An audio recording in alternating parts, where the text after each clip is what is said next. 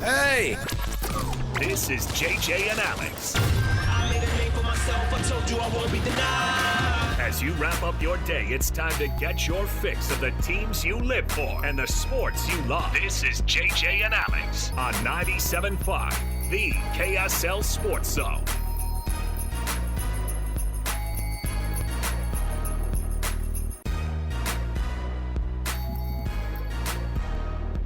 Welcome on in, everybody. Happy Tuesday to you. Thanks for being with us on the program. Was it Tuesday or Wednesday?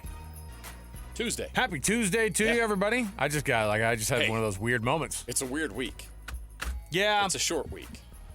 Yeah, it feels weird. The kids. It's holiday season. The kids are. Time to get festive. Let me predict how it's going to go in my house. You tell me if it's going to sound any different for you guys, because I know at least I think everybody's off after tonight, right? All the school districts are mostly Wednesday, Thursday, Friday. That's I kind would of think so. Yeah.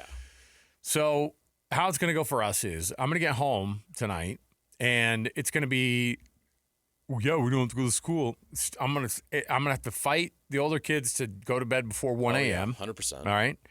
I'm going to have to find wherever the Nintendo Switch was hidden in the little boy's room, because they're going to also want to try to sneak that after they pretend like they're asleep when they go to bed. And I still won't get very much sleep at all because we have two young kids still. And it is going to be just so fun to have a holiday and a break. Can't wait. I'll tell you what the break is for me is like tomorrow they're all going to be home, and then I get to come back into the office, which is actually going to be great. So it's not that I don't like being around them. What I'm saying is that it's chaos at the house. Now, I like cooking. I think you know this about me. I like to cook some stuff. You do. And so we're going to get the pies going, and we like to get some and I'm not in charge of the big stuff. So it's easy does it, man. You do some sides and you do some pies, and I love it, man. I like getting home and making some getting some homemade pie going on. We had this discussion before. Are you a fruit pie more than you are a I'm not really a chocolate kind of pie guy. I don't know.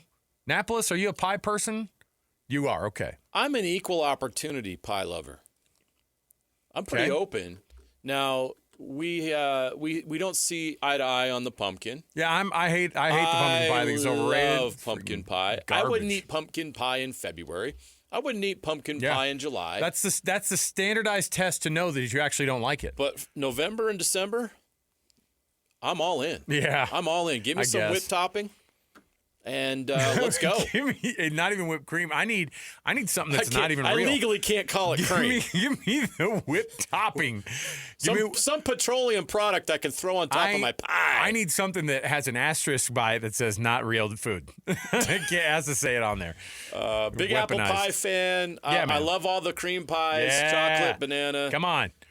Cheesecake fan. That's not really a holiday thing. Well, we'll get into all of it. You just got me into pies, so no, I know. I'm really distracted now. Well, and again, I'm going to be going at it. Sports talk show. It is, I'm but totally in the but food we're food people. Yeah, you know. I mean, we're food lovers. So this is going to be one of those moments where we have to. It's nice to talk about it. This is an important part of the time of the year. Yeah, it really is. And I will tell you too, for people who like us who are on we've been on watching our figures. I have to be careful this week. Yeah, and honestly, I actually find myself cooking more and enjoying cooking more, and I don't actually eat it.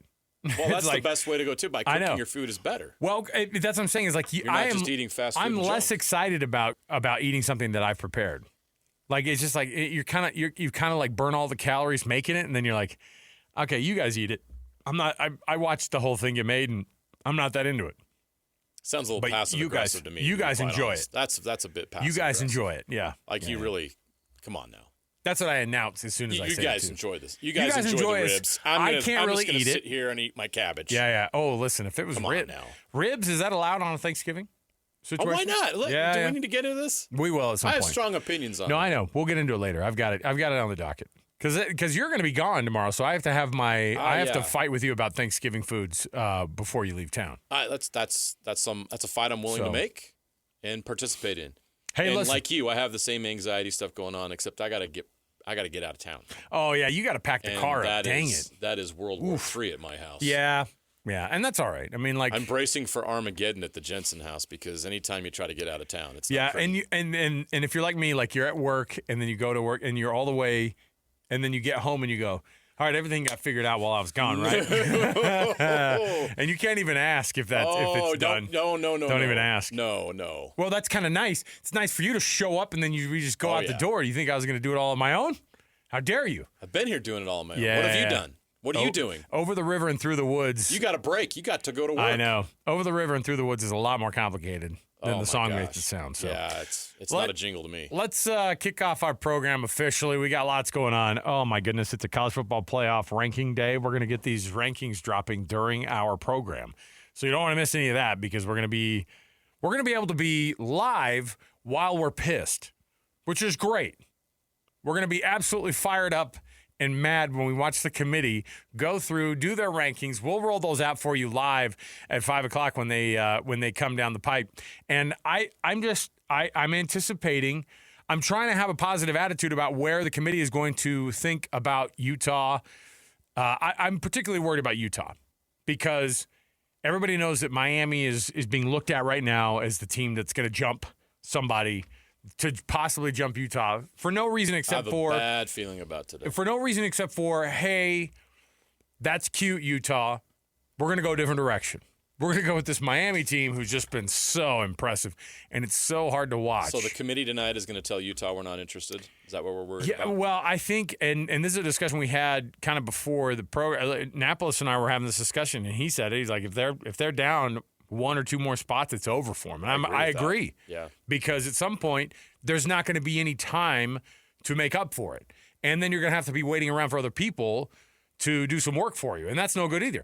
Now, the conference championship games are going to be looked at on unequal planes.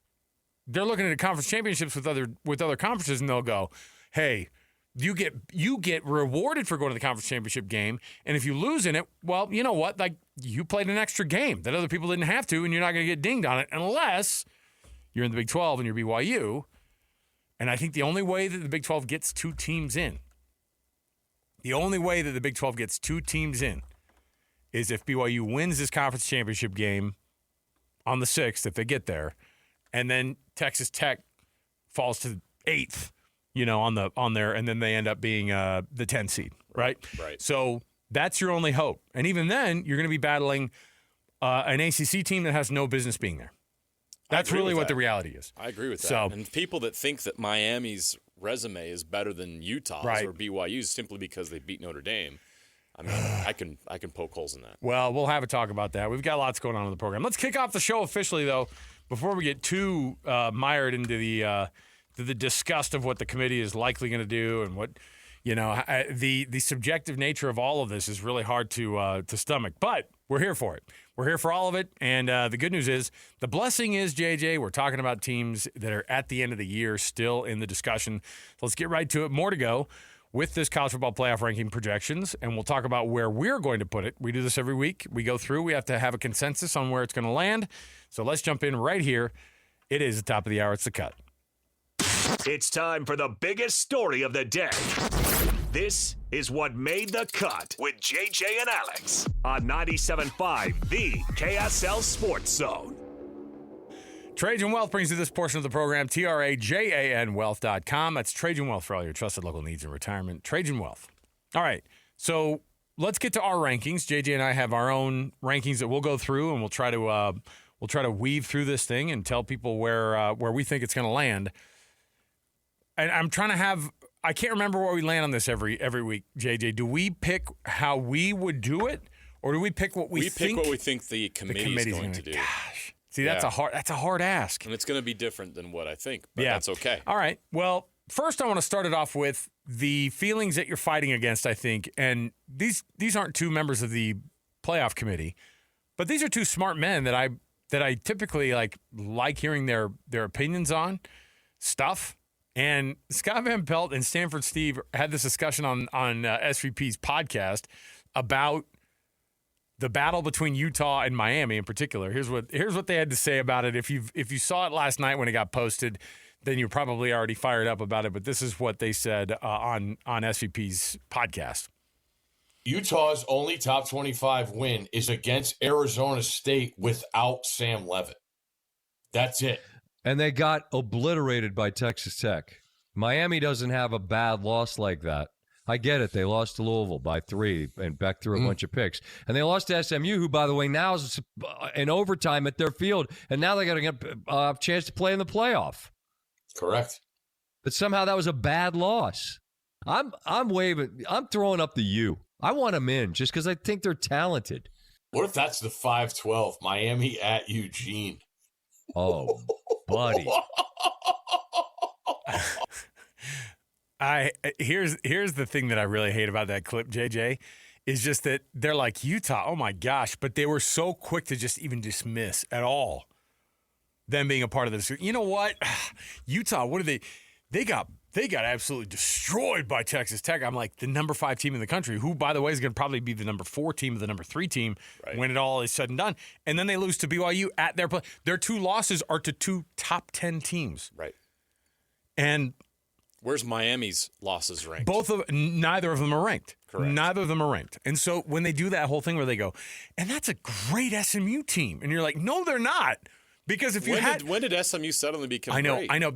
For this discussion, The committee's made it clear that the ACC is right. dog water this year. In fact, the ACC is in jeopardy of not making the college football playoff entirely, and no one's talking about that. But this is what's weird to me is that they actually have a darling, and it's Miami, who's not even in the discussion about being in the ACC championship game.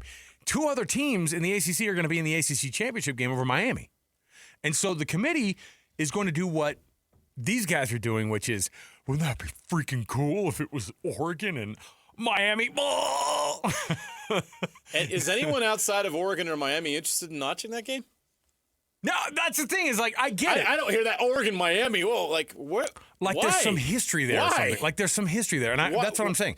Like, they're saying it as if there's some kind of a history there. You know where there's history? Oregon and Utah. Way more than there is Miami. Oh, that would be much more interesting. In terms of a brand, I get it. Oh, yeah, Miami is a brand that is big compared to Utah. I think historically, yes. Oregon, also another big name. And so it just shows you what they're looking at here. They're looking at TV ratings, right? They're not looking at – because it's not even that they were really putting Utah's schedule up against Miami's. They did it for a second, and I think they know it sounds silly, and so they just move straight on and they go, wouldn't it be cool if there was an Oregon-Miami game for the 12-5? It's like, no, it actually wouldn't be cool. You know why? Because Miami doesn't deserve to be there. They're not going to play in a conference championship game. The conference champion of that conference is going to get in, and people are going to go, I guess. And you're going to be, listen to how, think about how badly a UVA or an SMU would lose against. Let me see I'm trying to think of who they'd be kind of matched up against. If Oregon did host SMU, or if Ole Miss hosted UVA, that would be, well, I don't know about Ole Miss. I mean, to be honest, who knows how much they're going to be playing. I really do think that's going to be a factor. Not necessarily in the committee. I do think Ole Miss will get into the playoff, and then they'll be crap because they're not going to care. They're going to be like, let's do it for, and then it's like, oh, well, the guy who's leaving us and going to LSU, they're going to find that out. Yeah. Right? They're going to find that out. That's a weird situation. They're going to find it out this Friday that their coach isn't going to be the guy anymore. And yet a playoff is going to be on the line for them, and they're not going to care. That might be the only way that a third-rate ACC team is going to beat or even hang with a team in the first round of the playoff. You see what I'm saying? So I was watching it, and I saw John Gruden dismiss BYU too. He goes, yeah, it's a quarterback that can't win a big game right there. And you're like, oh, man. It's hard to know because obviously the game that Texas Tech hosted and beat BYU in. Now, what happens if they make a game out of it in Arlington? Here's what's going to be a weird scenario is when Texas Tech loses to BYU, if that happens, and those two teams split the series in the season, what are you looking at here? You can't keep one of those teams out. No, you can't. And yet, we're going to have a UVA, and a Miami. It's going to be between a Miami and a Texas Tech. It won't be between BYU or Utah and a Miami. They just won't let it happen. They won't let it happen. I'm just telling you. So let's go through some of our predictors here, JJ. You ready? Yeah, let's go. All right. So tonight, I'm trying to think if anything's going to change in the I don't know. I mean, obviously the ACC A lot of chalk this week, so I don't think there's going to be many changes. Not a lot of changes. So let's. I think that we all. Well, do you want to just get right to the change? Because I think Ohio State, Indiana, Texas A&M aren't going anywhere. Okay. Georgia, Stays. Texas Tech, Texas. They all took care of business. Okay. Texas Tech didn't even play. Well, no, but Texas Tech. Ole In Miss. a lot of minds, Texas Tech is going to move. Is moving. They think that Texas Tech could move down. Why? Who's? Oh no. They didn't do anything. No, they didn't do anything. Oregon. I mean, Oregon took care of business. They're not going anywhere. Oklahoma, 17-6 over Missouri. Wasn't pretty, but it was a win. They're not going anywhere. Notre Dame, crushed. So Alabama, they didn't play. Then you get to BYU. BYU had a solid win on the road. They're not going anywhere. They're going to stay at 11. Here's where things can change, and this is where Utah fans are going to have a hard time tonight. Do you think Miami's going to jump them? I do. Okay. The committee's going to move Miami ahead of Utah. I want so badly to believe that they're going to have cooler heads for at least one more week. I think Vanderbilt also moves ahead of Utah. Wow. Yep. Now, Vandy's 14. Here's what's funny about it. And another team could enter the chat as well. Well, there's two of them. And I think Michigan, and I honestly think that Texas will be a conversation that this freaking stupid committee is going to have. I think Texas is like going to be in that 15. Yeah, they'll move up. I bet Texas, because they're 17 this last week, right? So USC and Georgia Tech are going to drop. And Texas and Michigan are going to move up. Now, does Michigan move ahead of Texas? Michigan, I don't think is Michigan's 9-2. Texas is 8-3. Yeah, and they have one. And by the way, Michigan has one loss in conference play. Now they haven't had the most strong conference schedule. No, they had to sneak past Northwestern. Well, think about how wild it would be, and it's not out of the realm. Obviously, if Michigan beats Ohio State, like what are you looking at there? What are you looking at with Michigan? Well, then all of a sudden they enter the playoff chat. There's no question about it. What a mess! And now, if they move up, let's say they move up. So USC and Georgia Tech drop. So let's say Michigan jumps Texas and moves up to 15. Okay. Utah falls to 14. Where's Vandy? Vandy's 13. 16? Oh, 13. You're saying they're going to be ahead of Utah too? Yes. Jeez. You're going to say Miami and Vandy? The committee's going to punish Utah tonight. I'll concede Miami, but I'm not going to let Vanderbilt jump them yet. So if we that defensive performance and everything that happened on Saturday was pretty bad. I get it. And I don't think the committees, if they were watching, liked what they saw. I get it, but Vandy beat Kentucky. They beat them soundly. But it's also Utah was going to stay the course if they continued to pound their opponents like they had been. That's why their metric was so high. So they could only stay in this part of it. They could only stay in Saturday because they didn't boat race Kansas State. Everybody knows. Okay. They won the game, but my goodness, that was a scare. Can we hold off one more week on Vanderbilt jumping Utah? I'm going to say, what if we make a concession? I don't think they should jump Utah. I don't think so either. I think the committee will want to do it. Let's let another Miami, SEC backdrop. Okay, let's let Miami jump Utah because I think that is something the committee will do. I'm going to use my veto against Vanderbilt for this week. Okay. So I'm okay with that. So Vandy, so I'm going to go Utah. So 13 is going to be, or 12 Miami, yes? Yes. 13 Utah, 14 Vandy. And then 15 or 16 is going to be Texas or and Michigan. Who jumps who in there, and that matters. That's a big deal. It does. Because if Michigan's up to 15 and they beat Ohio State, guess who jumps in the top 10 next week? Oh, my gosh. Michigan will be in the playoff. Now, Texas lost to one of the worst teams in the SEC, and that's Florida. Yeah. Like, they are bad. Miami's bragging about their win over that same team. I know. So I'm going to say Texas is still behind Michigan. And I think you could probably make the argument. And here's the other thing. If the committee's smart, they should try to put Virginia, Pitt, and teams like Georgia Tech. Well, Georgia Tech lost, but Virginia, Pitt, and even like an SMU, if they could sneak SMU into the rankings, which I think will happen, 8-3 SMU, I think they'll jump into the rankings somehow. Over who?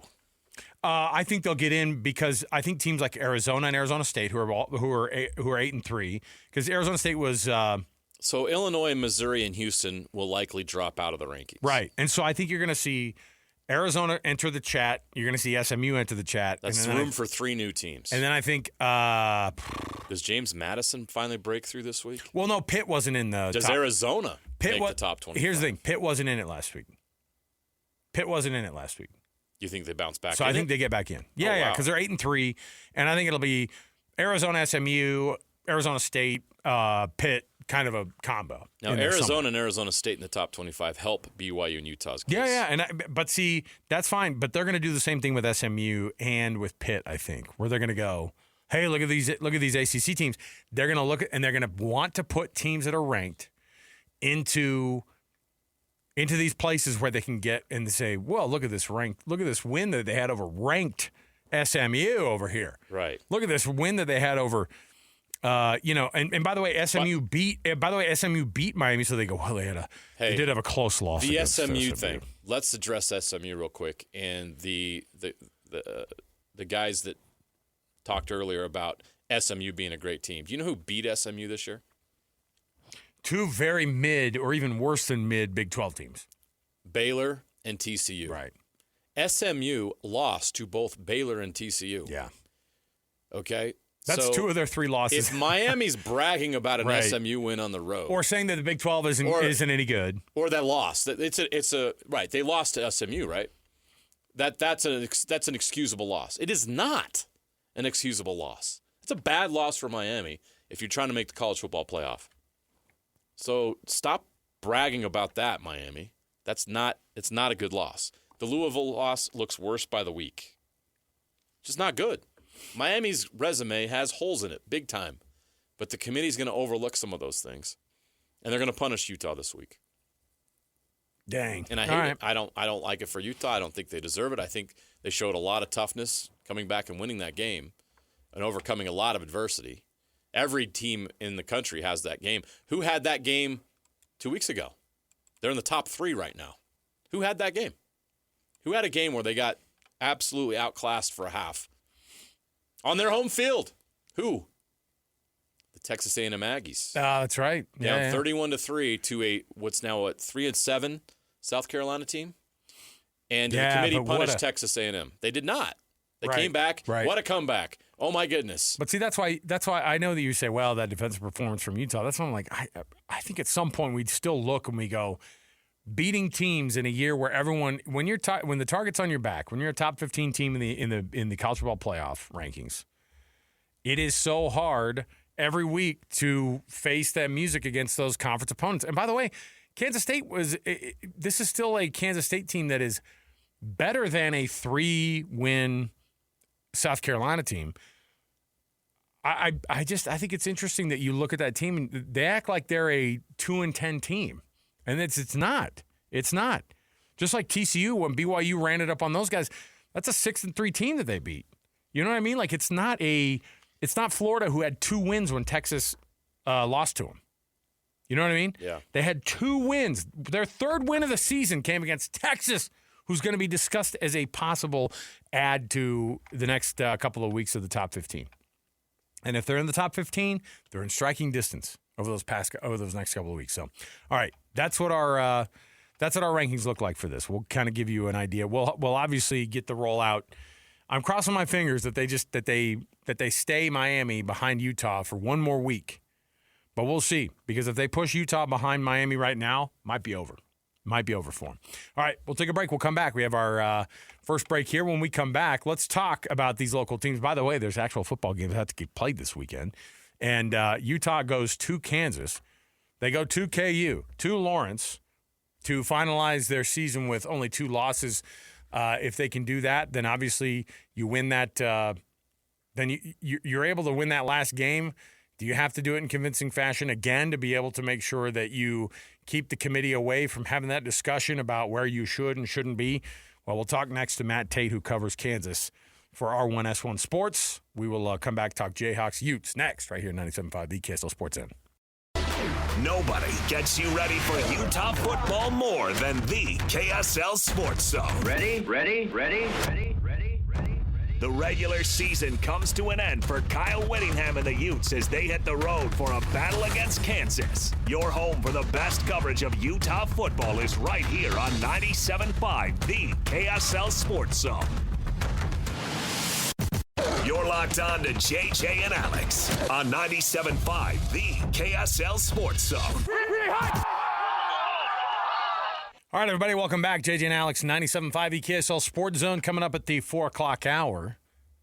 We're anticipating a conversation with Logan Cooley, who had the very first 4-goal effort in franchise history for the Utah Mammoth last night in a 5-1 win, a freaking huge 5-1 win. Badly needed.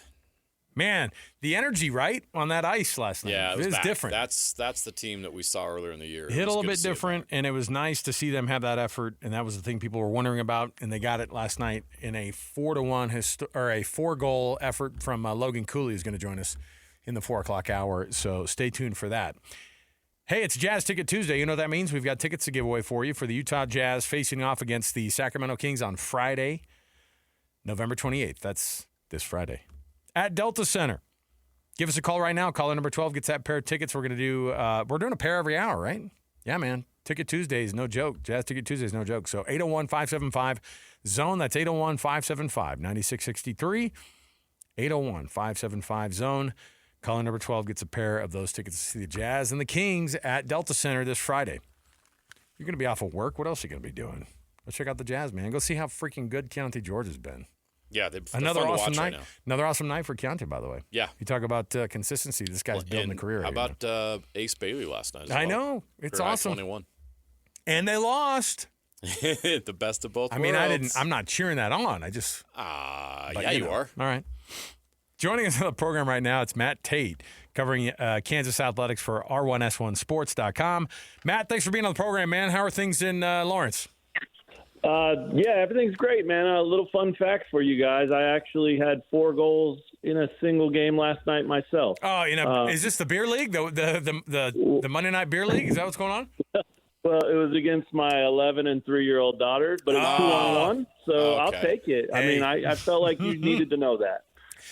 Pure domination on your part. First time in family history too. You've had the hat tricks, but you've never been able to pull off the 4 goals. I thought that was impressive. You nailed it. Another thing is you never ever let your kids off the hook, man. Never let up easy on them. No, How else are they going to learn? Well, I tried to pretend one time when I let my son beat me at golf, and now I can't beat him at all.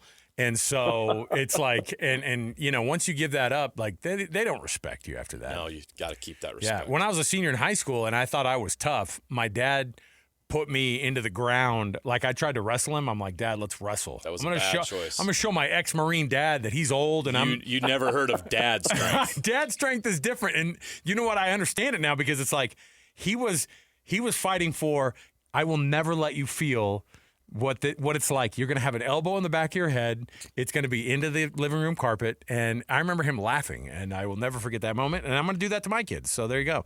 There you go. Matt, this Kansas team has been head-scratching for us for the last few years because every time since 23, since BYU joined the league, we started going to the Big 12 media days and having conversations with Lance Leipold.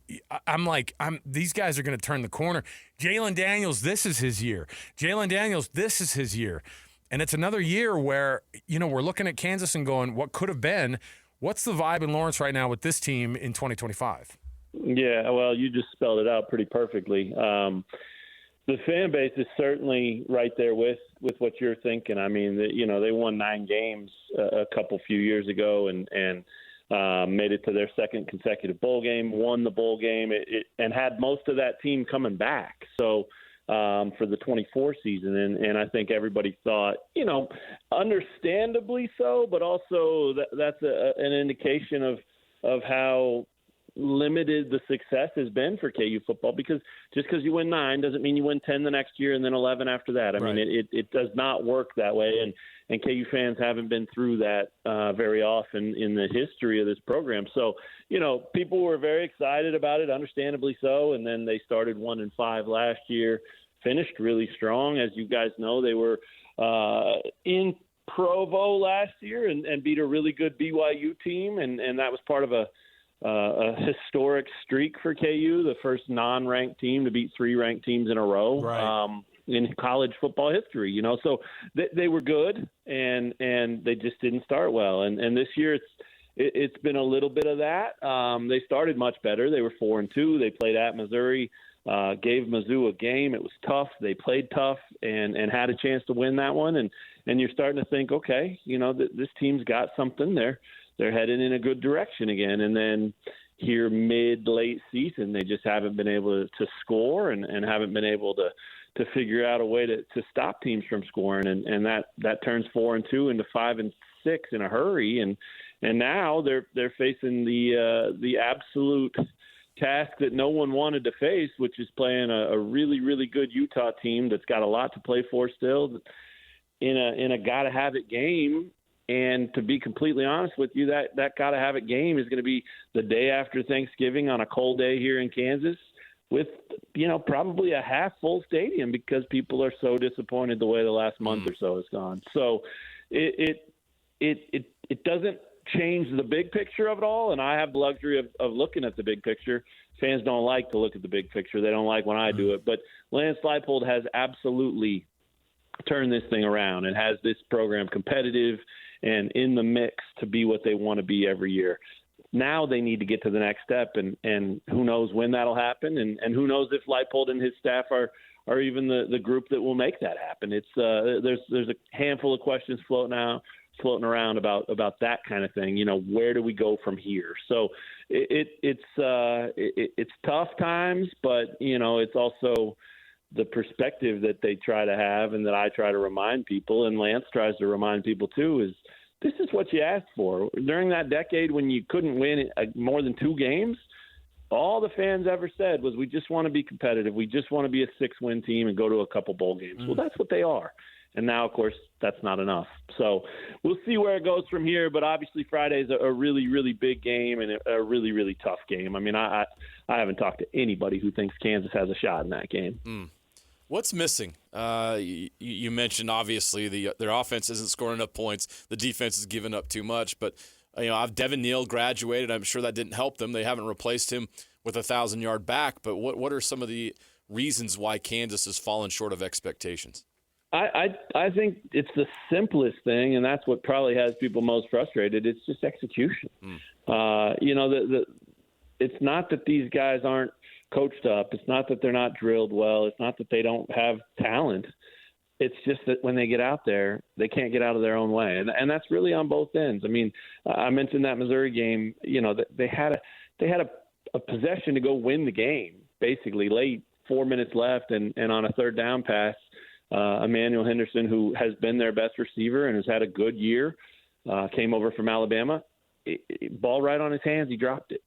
On defense, they've had guys missing gaps, missing assignments, running into each other, not knowing where to be. I mean, that happens when you're, turning teams over as much as we see in college football and college athletics as a whole now, but you don't expect it to happen into October or November, right? And so the execution piece of it is really, really a big problem. And, while Lance and really all of his coaches say all the right things about how that starts with the coaching, and that's very true, at the same time, sometimes these guys are in position to make the plays and they just don't make them. So how do you fix that? I don't know, right? I mean, is it better talent? Maybe. But what do you have to do to have better talent? These days you have to have more money. And so it's just not automatic. Wouldn't surprise me if in the offseason some coaching changes or shuffling goes down, obviously not with Lance, but maybe with some of his staff. That's always an option to try to get things fixed. But who knows? Because they're going to lose a lot off of this team, and the biggest, of course, being Jalen Daniels, like you mentioned. When you kind of see some of the things that they've – I mean, obviously there's a lot of talent there. And, we saw last week Kansas State go in and put it to Utah, in a moment where people were like, no, that wasn't supposed to happen. Is there a vibe that can happen like that this week with Kansas and Utah? Obviously, hosting it at home is a big deal, but how does Kansas do something like that against Utah? Can their run game do something similar? Could Jalen Daniels get hot in the passing game? What is it that's the effort that the Jayhawks are going to try to make against this Utah defensive front that's pretty tough? And then on the other side of the ball. Yeah, I certainly think the players believe that's possible. They took a really tough loss to Iowa State. They looked completely unprepared last weekend. They no-showed for the first half. They were down 17-0 before you could blink. I mean, there were a lot of bad things that happened up there and that really, weighed on them. And the good news for them is on the bus ride home, they were watching that K-State Utah game and they could flip the page right away because they knew they had a short week and they knew that was their next opponent and, didn't make it feel any better, but at least you could get back to work, right? So they've done that, and they've been this whole program under Leipold has been really resilient in doing that game after game, year after year. I mean, no matter how emotional or how bad the week before was, they've really been able to kind of flush it and get back to it. And that's obviously a credit to the players for doing it, but that's a part of their culture and coaching too. So I know that they believe they can show up. And one of the things that certainly had their attention is the way K-State ran the ball against Utah. KU's got a good running game. They've got two really good veteran backs in Daniel Highshaw and Le'Shawn Williams, and they've both had good years when they've been healthy. And they're both healthy right now. And so there's no doubt about it that they're going to try to find whatever K-State found, even if it's just part of that, and try to replicate it. Easier said than done, of course, but KU does have Daniels, who has, the ability to hurt teams with his legs, and then those two good backs as well. So, I suppose if they found that, and especially if they executed early and kind of build some momentum with a little early success and an early lead, it could make it a little bit more of a game and a little bit tougher on Utah than most people are thinking. But, that the fact that Utah had to scratch like they did last week to win that game, obviously I'm sure that got the coach's attention, and then the coaches after that got the players' attention about how, look, you almost blew it. You almost cost us everything. and it's a long shot, right, that they play in the Big 12 title game, but they still have a chance. And they'll kick off knowing they have a chance. And so I'd assume they're going to show up with a very, very keen focus on let's go take care of our business and then let everything fall from there. But, it's going to be one of those games that's emotional for Kansas because 33 seniors and some of them that have been around a long time. So if you're looking for a case to be made for Kansas to be in it or to win it, that's probably it, right? Just finding a way to will themselves to, hey, we don't want to lose on senior day for these seniors that have been such a big part of turning this thing around. That doesn't score touchdowns. That doesn't fit gaps. That doesn't execute assignments. It can matter, but it's hard for that to matter for 4 quarters, again, especially against such a talented and physical football team like Utah. Yeah, Utah's probably not giving up 470 yards rushing this weekend. I wouldn't to think Kansas. so. I can't imagine that happening back-to-back weeks, or some heads might roll up on the hill here in Salt Lake City.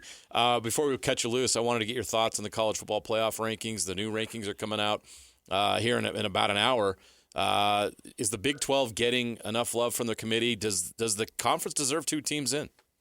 I think it does. I really do. Whether it's professionally and kind of following it like I have to do to a degree. I mean, Kansas, made a debut in the CFP standings a couple years ago, and that was pretty cool around here. Obviously, they haven't been in it the last couple years, so not as much a huge part of my job, but to cover the Big 12 is and things like that. So, there's a lot of talk professionally and even just with me and my friends around here, like the SEC love is kind of crazy, right? I mean, I get it that it's such a top-heavy, talented league, but the bottom of that league is hot garbage. And, right. And those teams not only beat up on, those teams at the top not only beat up on those teams a lot, but then as everyone knows, there's that weird week where they play the non-con game late this season and get basically a bye in a lot of ways. And I just don't think you have that in the Big 12. Not even a little bit, I think that this conference, even last year, Arizona State's the best example of it, picked so low in the preseason standings or rankings or polls or whatever it was, and then they go out and have that kind of year. And you know, you look at the schedules, you look at common opponents, you look at how teams fare against one another, and so played so tough, and then that happened again the next day or the next week anyway. I mean, it's just no nights off, and that's the way it is in the basketball version of this conference, and obviously in football. So I have no problem if they're not, you know, 2 teams in the top 5 or whatever, but I do have a problem if they don't get serious consideration to get 2 teams in, because this is a really good league. The top 8 or 10 even football programs in this conference can almost play with anybody, and that makes it really fun, but it also can be a problem for them when they're trying to, you know, have a little bit separate at the top so they get that love. So, you know, Commissioner Brett Yormark does a great job of advocating for the league. He's out in Vegas right now at the Players Era tournament, and there's a few Big 12 teams out there, and he was on the TNT halftime show the other day during the KU game, and you know, he was doing it there, even during a basketball broadcast. So I don't think that this conference is willing to just lay down and take it. I think they're going to keep fighting until they get what they deserve, and that's in July at Big 12 Media Days, and that's during the season, and that's during basketball games, and you know, pretty much year round. So obviously they need the teams to deliver, and it'll be interesting to see how it plays out the next couple of weeks. But I think there's at least 2 teams that are deserving, if not more. So it'll be really interesting, not only to see how that shakes out, but also to see how this thing ends up in the Big 12 race and who ends up playing in Arlington. Matt Tait, he covers Kansas athletics for R1S1Sports.com. Find his byline there. Matt, thanks for hanging out with us this week, and we look forward to this one between the Utes and the Jayhawks this Friday. Sounds great, guys. Yeah, thanks for having me. Call anytime, and if I get 5 goals, I'll call you. Yeah, listen, we'll be waiting. Absolutely. Yeah, I expect a hat trick out of you soon. That 3-year-old's a tough defender. Yep.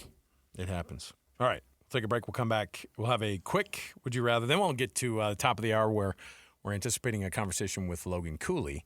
4-goal performance last night in the 5-1 win for the Utah Mammoth over the Las Vegas Golden Knights. All right, we'll take a break. More to go. 97.5, the KSL Sports Zone. The exclusive home of the Utah Mammoth is on 97.5, the KSL Sports Zone. Ian Cole gets to the puck first in the Utah zone. Cooley waiting for it. Cooley on hat trick. Watch! Bingo! Logan Cooley gets his second hat trick of the season. Points in 4 straight entering tonight. Bowman snowed under. Cooley at the empty net. Give him 4! Gets his 4th goal of the night. It's 5-1. You're locked into JJ and Alex on 97.5, the KSL Sports Zone.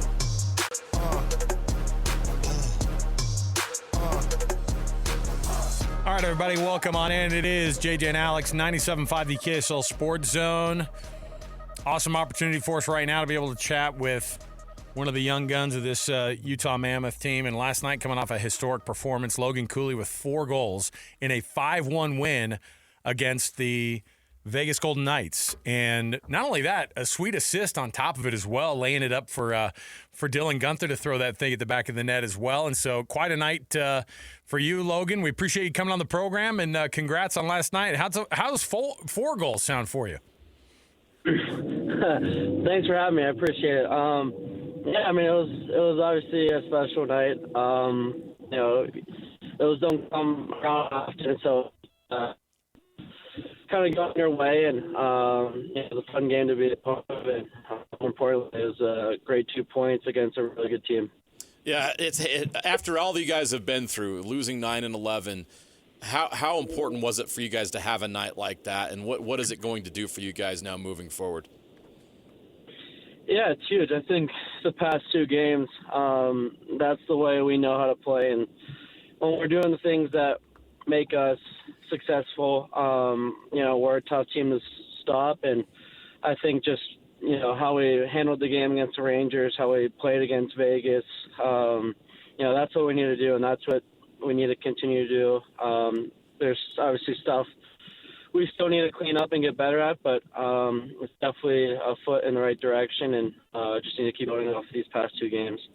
I mean, look, we've been able to watch all these games all year and watch the career over the past 2 years since you've been here in Utah, and then, of course, making the extension, of course, on the contract. That was the last time we chatted with you, and it's been awesome to be able to watch this development. You look like one of the most intense dudes on the ice. Like, is there a version of I don't think I've ever seen you crack a smile on the ice. Maybe a couple times for goals, but do you kind of keep that intensity up and carry that as a badge of honor as how big of a competitor that you are? That has to be a huge part of what your game has become.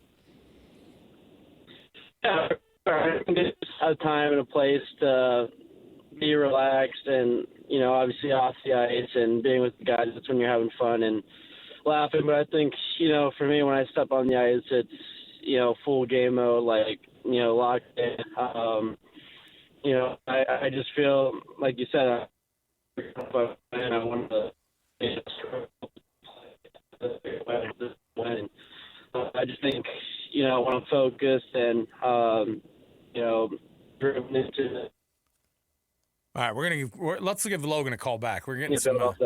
Logan, we'll call you right back. We got a little bit of a phone issue, I think, here. So let's give you a quick call, and then we'll get right back on it again. One of the other things that's been happening with this team also, and with the NHL all month, has been this month being Hockey Fights Cancer Month. You've probably seen by the way, that's the only sign you could bring in to Delta Center. And you guys were able to have an opportunity to go up to Primary Children's Hospital as well. What's that been like to be able to go up today and to visit some of those kids up at Primary Children's? That's a place that means a lot to us right here at our station and here in our community. What was it like seeing some of those kids today? I think it's hard to get back.